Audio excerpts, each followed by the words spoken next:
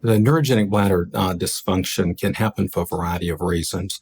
The most common cause of neurogenic bladder population that we manage as pediatric urologists relates to children that are born with spina bifida. And sadly, some children are born with improper nerve input into the bladder, and that's a consequence of the spinal cord not forming properly. When that happens, then the bladder may not store urine properly, or it may not empty properly. And that has consequences, and those consequences are continence, risk of urinary tract infection, and sometimes even risk for kidney injury, hydronephrosis. And so it's important to manage the bladder, not simply because we need to avoid infections and continence, but sometimes in order to absolutely protect the kidneys and even avoid kidney failure.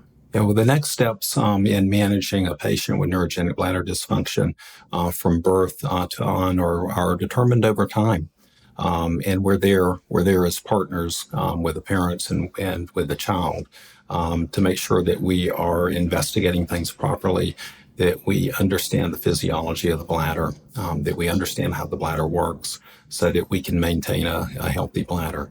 And so sometimes it's a matter of watching and providing support. And sometimes it gets to the point where we realize that a reconstruction might be necessary in order to improve matters for the child and protect the kidneys and gain continence.